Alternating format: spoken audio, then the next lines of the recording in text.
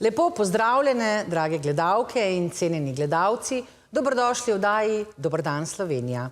Moje ime je Katarina Keček in danes v studiu pozdravljam prav posebno gostjo, Ano Petrič, Slovenko leta 2024. Pozdravljena. Pozdravljeni. In pa seveda moji dve cenjeni kolegici, Ana Marija Mitič in Violeta Tomič. Pozdravljeni, dragi dami, kako sta? Odlično, kako pa? Ana Petrič. Revija Jana vsako leto organizira izbor, bom tako rekla, šopek zanimivih in karizmatičnih žensk, ki opravljajo posebno poslanstvo v naši družbi, tako kot jo opravljate vi. Letos ste zmagali vi. Vem, da vam je bila ta nagrada zelo pomembna. Povejte nam, zakaj. Ja, imela sem par ciljev. Prvi je to, da izpostavim socialno varstvo.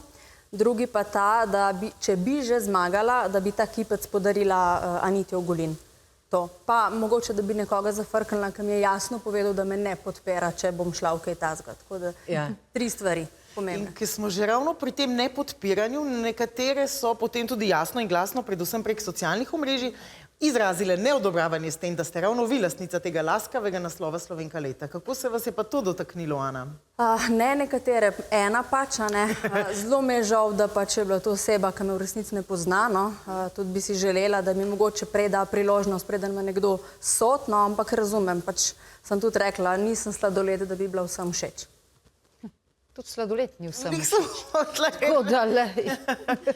Ne mogoče vsem ugoditi, pa mislite, da je zdaj ta nagrada dosegla to, da ste bolj slišani, bolj vidni, da lahko mogoče vaša beseda, vaši argumenti pridejo dlje? Ja, zagotovo je, zato ker me že vabijo na razne sestanke in tudi jaz mislim, da tisti, ki me vsaj malo pozna, ve, da sem glasna in da se borim za prave stvari. Na vse zadnje že 19 let delam v socialnem varstvu.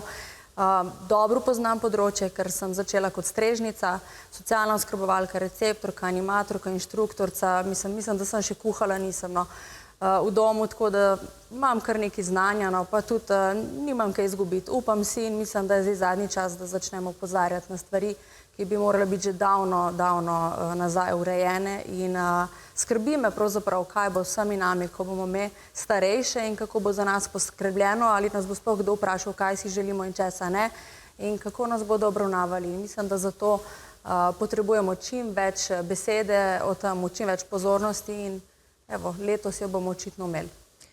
Mene je tudi, moram reči, neprijetno presenetilo na nek način ta revolt proti vaši nagradi.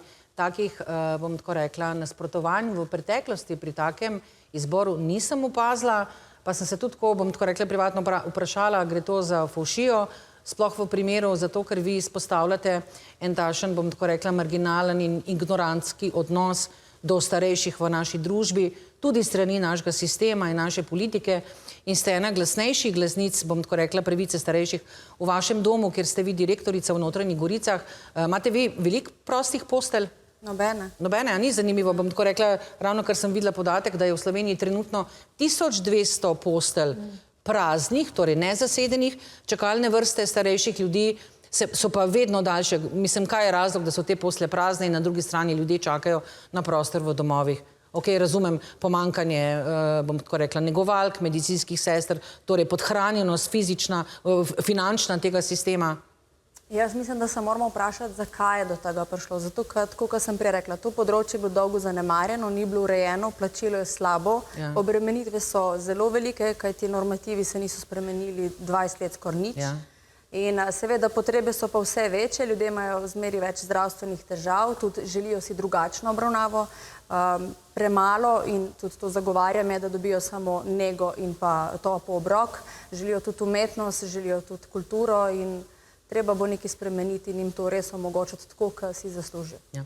Vi ste en kup nekih zanimivih projektov speljali v vašem domu, bom tako rekla, novih, drugačnih, progresivnih, nič takega, kar ne bi že v tujini počeli. Združili ste pri nas, bom tako rekla, otroški vrtec in pa starostnike, že biološko, oni pašejo skupaj. Jaz se, če se spomnim, da sem naraje igrala Človek ne jezi se z detkom, ker so se lahko ure in ure kregala okoli pravil in tako. Kako ti projekti pri vas funkcionirajo? Starejši so verjetno zadovoljni, bom tako rekla, z vsako mladostjo, z vsakim veseljem, ki pride v vašo hišo. Ja, res so. Prav zanimivo je bilo, ker zdaj so bile počitnice in ta prvi sosed, en gospod Gorenc, je takoj rekel, da kumi čaka, da se zaključijo počitnice, da otroci spet pridejo, ne? Ker kadar so počitnice, gredo v matični vrtec, to je v Ljubljani. No, in zdaj so spet nazaj in je že vas vesel, ker oni vsako jutro pride pozdraviti, sprejet, a ne, potem neka druga gospa pride prebrati pravljico, pol gredo s tretjo gospo, ki drugače nikamor ne hodi, gredo na sprehod, gre ona zraven. In tako te aktivnosti se prepletajo. Seveda, če pa želijo oni svoj mir, ga pa tudi imajo, tako kot naši stanovalci, ki imajo tudi svoje aktivnosti. No, to medgeneracijsko sodelovanje je zelo pomembno. Ne moreš ljudi, ko se enkrat postarajo, samo odstaviti. Življenjska doba se podaljšuje in ravno starostniki lahko veliko pripomorejo, kljub temu, da so v domovih, ne, pri varstvu otrok, pri animaciji, živalicami se tudi radi družijo. In obratno, ne, tudi otroci ogromno prispevajo k starejšim, ker se mi zdi, da starejši potli kar malo pozabijo na vse te svoje tegobe in ni nobenega tarnarja, da bi koga kaj bolelo, da je utrujen ali da česa ne zmore, ampak se tudi tako lotijo kakšne take stvari, ki so že mislim, da jo prej pač, da jo ne obvladajo več. Tako da jaz mislim, da je to res, da ključ v prihodnosti bo medgeneracijsko sodelovanje. Na kratko pa si bomo samo pogledali sprejem naše Ane Petričeve v vašem domu. Posnetek je kratek. Bili ste zelo presenečeni, da kako so vas, tako rekla, vaši varovanci sprejeli in pričakali. Pripravili so vam celo sprejem in nastop. Res je. Nisem pričakvala, no, če sem čisto iskrena, ker to je bil torek, jaz bi mogla že v ponedeljek v službo, ampak sem bila tukaj utrujena od vsega, pa še imela sem pol razne obveznosti, tako da sem šla v torek in se prevlečem komaj, prinesem kipec čez vhodna vrata in pol vsi tako zbrani, a ne na kupu, zaposleni in stanovalci do glavne jedilnice in moram reči, da jaz zelo redko jokam, če jokam tako za druge, zase ne, ampak me je kar malo zlomilo, no. Tako da pa še pol vse čestitke, kar dežujejo tudi strani svojcev še danes, a ne, in vsi stiski rok in objem in tako in jaz mislim, da to je tista prava potrditev, a ne, mogoče sploh ne nobena nagrada, ne nič, ampak da ljudje, da so prepoznali, da tukaj ne gre zame osebno, ker v resnici razen tega čudovitega kipca ne dobiš nekega denarja ali ne vem česa, ampak samo moč izpostaviti v svoje področje, pa pač nekaj spremeniti, če znaš to pravilno uporabiti. In mislim, da je to, da so pokazali to podporo tisto bistveno, kar sem mogoče tudi potrebovala zadnje dni. Kje boste imeli kipec? V vašem domu ali v vaši hiši, bom tako rekla? Ne, v centru starejših, tako kot sem tudi povedala že v zahvalnem govoru, ta kipec je za vsako čistilko, strežnico, negovalko, perico, kuharico, pač za vse, ki so na minimalcu, ne moram drugače reči, pa kar vztrajajo, pa se kar trudijo, ker še dosti nas je takih, ki delamo radi s starejšimi in pač to bo treba urediti, da se bodo razmere izboljšale, no. Je pa fajn, da je tam v opomnik, da se je fajn potruditi, da moramo imeti neke cilje v življenju. In ravno danes je šla v pokoj naša sodelavka, 12 let je delala v centru. Strežnica je bila, tako kot sem prej rekla, na minimalcu, ampak ona je rekla, veste kaj, zelo sem rada tukaj delala, 4 službe sem prej imela, ampak tukaj mi je bilo najlepše. Pa sem šla pa po ta kipec, pa sem rekla, lejte, tole je pa tudi vaše. Pa rekla, tu sem pa tako srečna, da sem tudi jaz ga potežkala in tudi jaz se počutim, da nas Slovenka leta. Sem rekla, pravilno. A ni fajn, bom tako rekla, no, glede na to, na vse slabe zgodbe, ki prihajajo iz različnih domov za starostnike v zadnjih parih letih, nas sem tako res vesela, da lahko pokažemo, da ni vse vedno slabo in da je zelo pomembno od ljudi, ki vodijo takšne domove, kakšen odnos imajo do varovancev in obratno. Tako da sem vesela, da pri vas te stvari fajn funkcionirajo. Tako da če bomo kdaj punce morale, kdaj v dom za upokojence, upam, da to ne bo še tako hitro, ne vem, zame očitno zaenkrat je... Bomo k Ani. Ja, bomo šle očitno Ani. Ampak jaz pričakujem, da v prihodnjih 15 letih, kar naj še čaka, da se bo marsikaj spremenilo na socialnem področju v Sloveniji, ne? Tako da mogoče tudi s takimi koraki, kot jih vi počnete. No, ampak jaz sem vam tako povedala, nič ne boste šle k meni, me bomo še takrat v gozdno varstvo. Tako, kot je zdaj gozdni vrtec, bomo šle me v gozdno varstvo, imele bomo vsaka svojo hišco, 30 kvadratnih metrov, visoko gredo in narava, brez tehnologije, brez česarkoli, domača hrana. Brez čipiranja. Jaz mislim, da to bo treba čist drugače zapeljati, da pač tega v Sloveniji še ni, ampak v tujini pa že imajo razne skupnosti in tam se povezujejo in lepo uživajo še tiste svoje zadnja leta ali pa ne vem, zadnje tedne, mesece, dneve. O alternativnih možnostih upokojevanja in kako bomo v prihodnosti živeli, pa čez nekaj minut, takoj po reklamah. Ostanite z nami.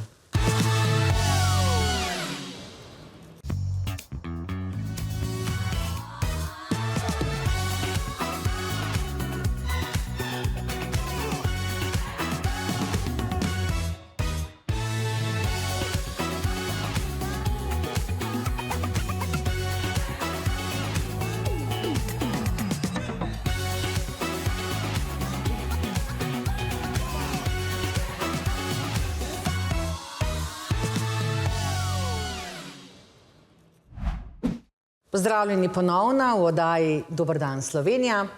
V studiu se pogovarjamo z letošnjo dobitnico priznanja Slovenke leta, Ano Petrič, o tem, kakšna prihodnost čaka nas in vas v prihodnosti. Situacija v Sloveniji je glede domov za upokojence in socialnega varstva dosti alarmantna, več ali manj poročamo o slabih, bom tako rekla, stanovanjskih razmerah, higienskih, pomanjkanje negovalnega osebja, medicinskih sester. Kako vi to vidite in kako vi to rešujete pri vas? Ja, predvsem tako, da se trudimo, da zaposleni ne zapuščajo našega centra, se pravi z raznim prilagajanjem, kar se tiče izobraževanja, tudi da jih zelo spodbujamo, nagrajevanja, pa predvsem odnosa, da razumemo, da brez vsakega zaposlenega ne moramo nič. Drugač pa, če imamo kakšno tako situacijo, recimo dolgotrajno bolniško ali pa porodniško in da ne moramo dobiti medicinske sestre, se pol poslužujemo tega, da vzamemo študente, ki študirajo zdravstveno nego. Imamo pa stalne študente, tako da lahko jih edin pohvalim. Tu mi je zelo žalno, ker nazadnje je glih ena študentka imela res grozen odnos, ampak ne smemo pa to posploševati, ker imamo ogromno študentov, ki so pa res empatični, srčni in to res radi delajo in imajo tudi odnos tak, kakršnega bi morali imeti pri delu z ljudmi. Pri delu z ljudmi je v tujini kar nekaj dobrih praks, predvsem, kar se tiče teh stanovanjskih skupnosti, pa vsega tega, tako kot smo rekli, en Meros play za penziče, tako bi rade živeli. Z bazenčkom. Tako bazenček, pa da si lahko pomagamo, pa je tam en mlad varnostnik pol mišic za rdeči gumb, seveda. Pa en golf voziček mali. Golf vozičke, ki se vozimo tako mimoza, takoj za zajtrk in tako naprej. Zdaj, ali je ta luksus sploh možen pri nas, zakaj tega pri nas ni? Kakšno je vaše videnje, Ana? Ja, seveda, da je možno. Recimo, ne vem, če se spomnite, ko so upokojenci dobili tele turistične vaučerje, smo mi organizirali iz centra, da smo šli v Rogaško Slatino, da so šli na koriščenje tega in ravno toliko, ker je bilo stanovalcev, smo tudi zaposlenih s sabo vzeli in hvala Bogu, ker na koncu noben ni znal plavati, čeprav so vsi nekaj znajo. Ja, in so res zelo uživali in bi si želela, da bi večkrat tako, ne. Kar pa se tiče tako na ravni Slovenije, pa mislim, da je velik problem z birokracijo, to je prva stvar, druga stvar, zato ker takoj slišiš, da ni mogoče, pa v resnici je mogoče. Mi smo imeli par let nazaj projekt počitnice v zameno za prostovoljno delo, ko smo en cel apartma za poleta, čez počitnice avgusta, odstopili prostovoljkam, da so tam bivale, pa se imele fajn, službeno avto so dobile, da se lahko okrog pojejo stanovalci. In sem takoj dobila klic, da bi mogla tu njim zaračunati. Ampak seveda, jaz se nisem dala, sem rekla, zakaj da bi jim zaračunala, če prostovoljno delo. Ja, pol bi mogli pa oni vam plačati, da tam bivajo. In pol sem rekla, leta, sploh sem nam pogovarjala z vami, sem kar odložila dolno, ampak ta klic je bil z ministrstva in pol sem mičkano sicer se bala, da bo kaj vplivalo na mojo zaposlitev, ampak hvala Bogu, nika se je ta garnitura tako hitro menjala, da pač ni bilo nobenega efekta. Dejstvo je, da za dolgotrajno oskrbo namenimo kar nekaj denarja, ampak so nažalost tisti odločevalci, tako bom rekla, bodi si neizkušeni, bodi si neodprti za neke nove ideje, tako da smo zelo rigorozni pri tem, nažalost, ne? Res je, jaz mislim, da zakon je bilo pač treba dati ven, se to je dejstvo, ker se ga je že toliko let pripravljalo, ampak ne vem, če bo sploh zaživel v praksi tako, kot bi si želeli, ker socialna delavka, njena obremenjenost tudi v domovih se bo povečala, ampak ni pa predviden višji normativ. Na centrih za socialno delo pa tudi mislim, da čisto točno ne vejo, kako bi se tega lotili, tudi če imajo dobre namene, ker vsaka taka stvar za sabo potegne milijon drugih reči in ne vem, če smo čisto pripravljeni na to. Pot v peku je tlakovana z dobrimi nameni dobrih ljudi. Ja. A ni to čudno, da v bistvu podplačano delo negovalk, čistilk, celega osebja, v bistvu kljub temu iz neke ljubezni do ljudi, entuzijazma vztrajajo. Ampak mislim, da bi se ravno tukaj moralo ministrstvo, ki obravnava to tako imenovano solidarno prihodnost, tukaj nekje lotiti tega problema in seveda, če ne znajo sami, če nimajo teh izkušenj, vprašati vas, ki znate. A veste kaj, jaz mislim, da vse to osebje, ki dela v socialnem varstvu, da kar nekako ustraja, zato ker pač je empatično. Ker pač ti ne moreš, tiska ni za to delo, lejte, ne bo zdržal 12 let, tako kot moja sodelo, kako sem jo prej omenila, ali pa 20, ali pa recimo jaz sem tudi 19 let že v tam. In mislim, da na to vsi računajo, na to empatijo, ampak tudi ta empatija se nekaj konča. Ker roko na srce, socialno varstvo, zdravstvo na dolgi rok pod takimi pogoji za moje pojme ustvarja same delovne invalide. Ja. In tega se noben ne zaveda. In če bi se drugače tega lotili, če bi res normative okrepili, pošteno plačali, če bi sodobne tehnologije v ta namen uporabljali, ne, da imamo mi take postelje pametne, da človeka pomagajo obrniti, ne, posest, ne vem, vozičke za hrano, ki jih robot rine naprej, ne pa človeška sila. Ne, mislim, da bi en kup enih stvari uredili, ampak nismo še tam, nismo pripravljeni in me skrbi, da se bo prej vse res sesolo, preden bomo prišli do tega spoznanja, da je pa res treba zdajle takoj nekaj zrihtati. Ampak bom rekla, mogoče je pa dobro vse sesut, da se lahko zgradi nekaj novega in boljšega. To je res, ampak o ljudeh govorimo, ne? In ljudi ne moreš sesuti. Socialno varstvo, če se sesuje, ali pa zdravstvo, tako kot se je recimo, ali pa se zdaj, ljudje trpijo za to. Ne? In pri starejših je pa tako, da oni sami ne morejo povedati. Nimajo več moči, nimajo energije, pač ne upošteva se jih tako, ne? In to je žalostno, zato moramo pa mi na to opozarjati. In poskrbeti za varno okolje. Tako. Zdaj, izumljati topla voda, ne, mislim, se ne splača, čeprav se Slovenija dostikrat trudi s tem, da bi izumila nekaj, kar so že izumili povsod na svetu. Tako da vse države se soočajo z slabo demografsko sliko, s pomanjkanjem otrok, seveda tudi s pomanjkanjem medicinskega osebja. Vsaka država poskuša svoje težave s starejšimi reševati na različne načine. Zdaj bom tako rekla, meni so zelo zanimivi pač neki ameriške rešitve, ne, tam je pač od tega več. Na ozadju bomo si pogledali tudi, bom tako rekla, nadgradnjo njihovih domov za starostnike, ne vemo, kakšni so pri nas, ne. Pri njih se gradijo bungalovi, tako kot si rekla, 3 metre kvadratne zemlje, cela naselja, ne, za katere so zaposlenih ljudi, ki skrbijo za te ljudi, ki tam funkcionirajo. Ljudje imajo vrtove, družijo se med sabo, obstaja neko družabno, družbeno življenje, ne. Pri nas ni niti enega takšnega projekta. Zdaj, jaz bi bila ful vesela, če bi se recimo to en podoben Sun City recimo začel graditi v bližini Grosuplja ali pa recimo Goričkega, odkoder ljudje bežijo, ne, da bi se vračali tam in mladina, ki bi lahko delala, ne, mislim, sami ste omenili, prehrane bi bila tam, ljudje bi bila. Zakaj takšnih projektov v Sloveniji nimamo?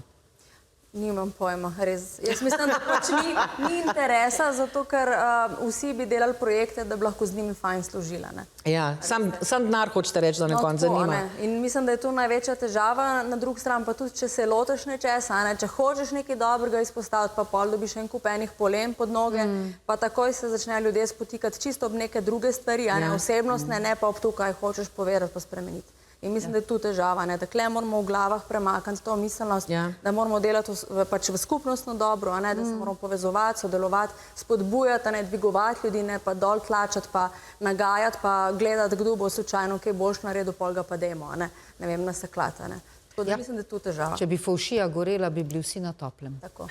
Pa še kakšno toplo iskrico, preden se za nekaj trenutkov poslovimo. Kaj so pa najlepše stvari pri vašem delu? Meni je najlepše to, da imajo stanovalci res ful dober smisel za humor, tudi, da znajo pohvaliti, ne da samo da kritizirajo, pa tudi tako, da znajo celostno poskrbeti. Tako da jaz imam eno gospo, ki mi vsak teden prinese eno svojo kiklo in tudi zahteva, da se v pisarni oblečem, da me pogleda. Danes mi je prinesla salonarje svoje stare in slučajno ima v isto številko noge. In recimo meni je to tako fajn, ker oni rečejo in jaz pač naredim, ker že iz spoštovanja, pa so pa tu take lepe zgodbice, da pa moje bodo do konca življenja zapisane v mojem spominu. Ana, se vidite vi v prihodnosti, ko boste šli v pokoju, da boste živeli v enem takem domu, v katerem danes delate? Oziroma bom tako rekla, a si želite to? Ne, jaz si že zdaj želim preseliti nekam v gost, v tako hiško, kot sem prej rekla, da pač v najem vzamem neko zemljišče, 30 kvadratnih metrov, moža, psa pa mer. Sam to si želim. Da me noben ne obremenjuje, noben ne sekira niti nič, kot sem rekla. Pol na koncu ugotoviš, da škoda energije in tvojega zdravja, ker nismo še tam. Očitno se res, kot ste vi rekla, mora vse sesuti, pol bomo pa na novo gradili. Za trenutek prekinjamo naš zanimiv pogovor. Na tapeti imamo reklame, mi pa se vrnemo že čez nekaj minut.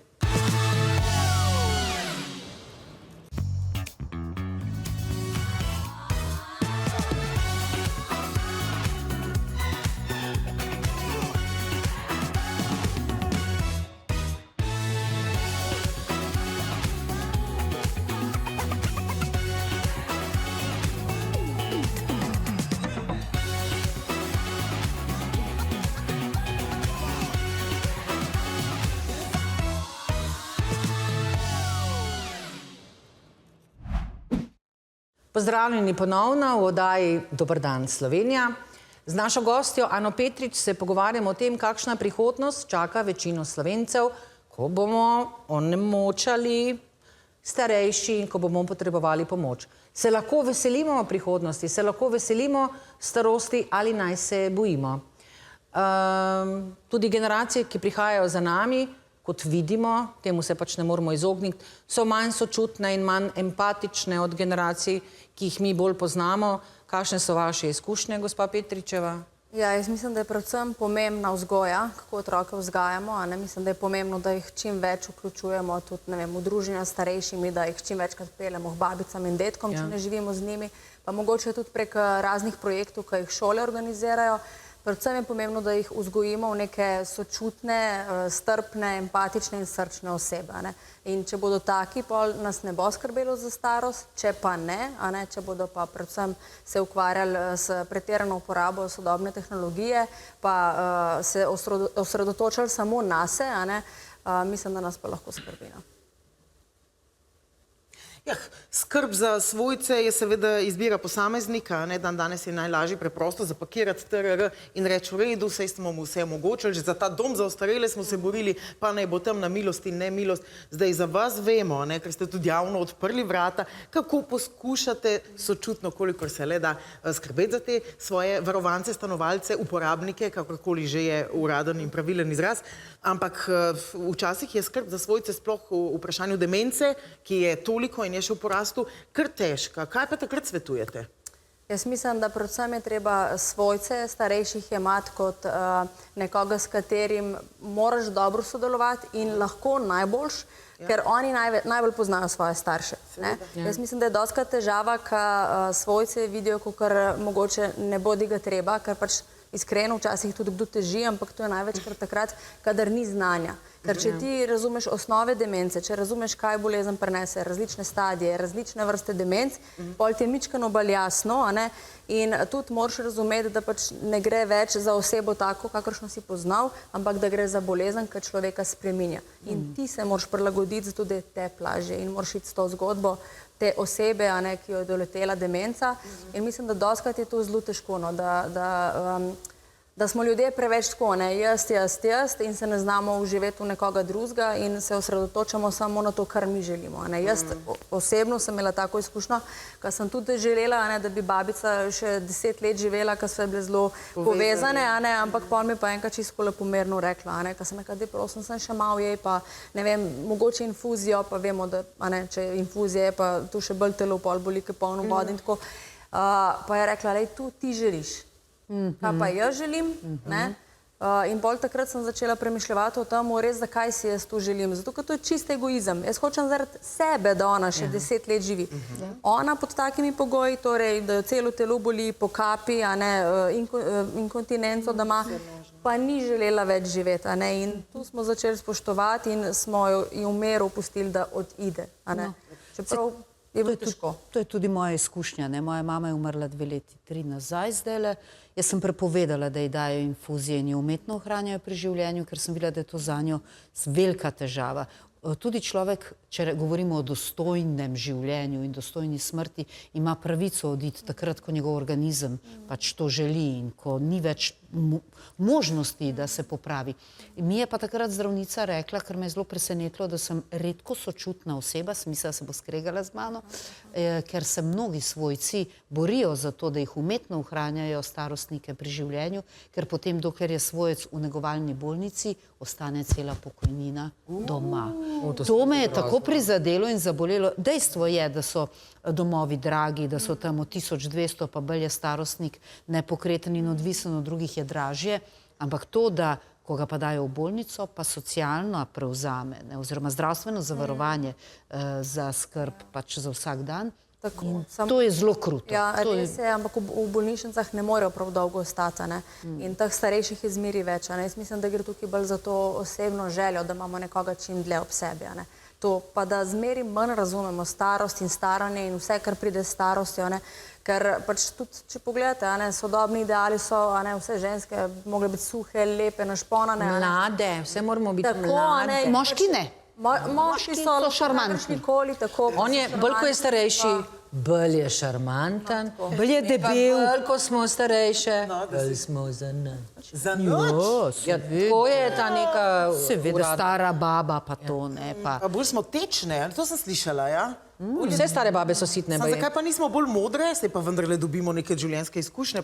Ja. Ana, se vi obrnete po modrost k vašim varovancem? Oziroma...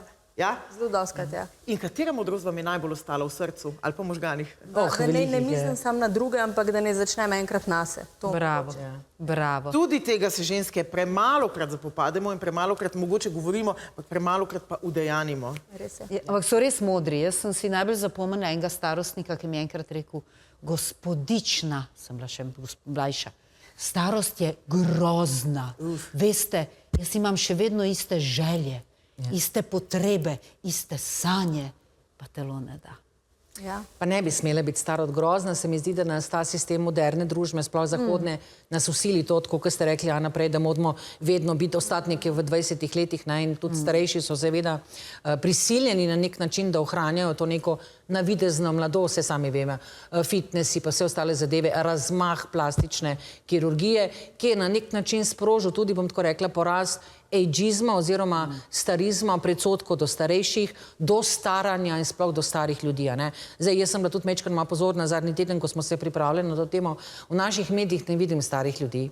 Na naših televizijah, v naših časopisih vidim stare ljudi samo v kontekstu domov za upokojence, kot da starejši ljudje ne bi imeli kaj pametnega zapovedati, kot da ne bi imeli zgodovine, kariere za sabo, izkušenj, ki bi jih mogli poslušati. Tako da, ja, družba sama podpira te stereotipov in diskriminacijo starejših. Vi to tu občutite pri svojem poslu?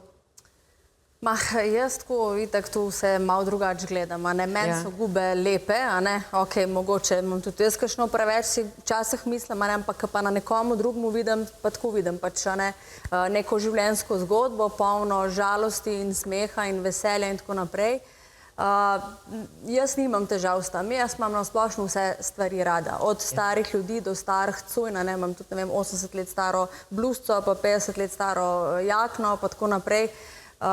In ne vem, jaz nimam tega, no. Vidim pa ja, da je tendenca k temu, da bi vse moglo biti tako, pač vse. Novo, sveže, mlado. Vse staro stran vrš, staro pohištvo stran vrš, je tu Ikejo ali pa v... Ampak to je tudi ta sistem potrošniške industrije, ne? Torej, kar se nekaj uniči, kar je malo grdo, vržimo stran, ne bomo tega obnavljali, ne bomo limali več, ker smo včasih vse popravljali, ne? Včasih smo vse popravljali, danes je bolj poceni, da to zavržeš in da kupiš neko kitajsko brezvezno stran, ki nima neke nobene vrednosti, ne? Ali pa niti še ne znamo, ker se ne ozremo k starejšim, da bi ne svojim znanjem in veščinami spet pomagali imeti lepo življenje. A delamo testenine, nudelce, same doma, moja babica jih je, in jaz jih načeloma znam, si ne vzamem čas, ampak mogoče pa ne bi bilo slabo, ker so vendarle tisti boljši. A gremo vsi na kuharski tečaj k vam, k penzičem? Ja, A je penzič grda beseda? Ja, starejši so. Tako, jaz pravim, kakor bodo rekli, da hočejo, da jih poimenujemo, tako jih bomo. Odlično. In hočejo biti starejši. Starejši, dobro. No, jaz sem zelo ponosna na mojo hčerko, ki se je od moje babice naučila delati pite in testo vleči. Bravo. In kuharsko knjigo je vzela od druge babice. Eni so vzeli, ne vem, stanovanja zlatnino, ona je vzela kuharsko knjigo, tako da mislim, da je ta prava. No, jaz pa oblačila. No.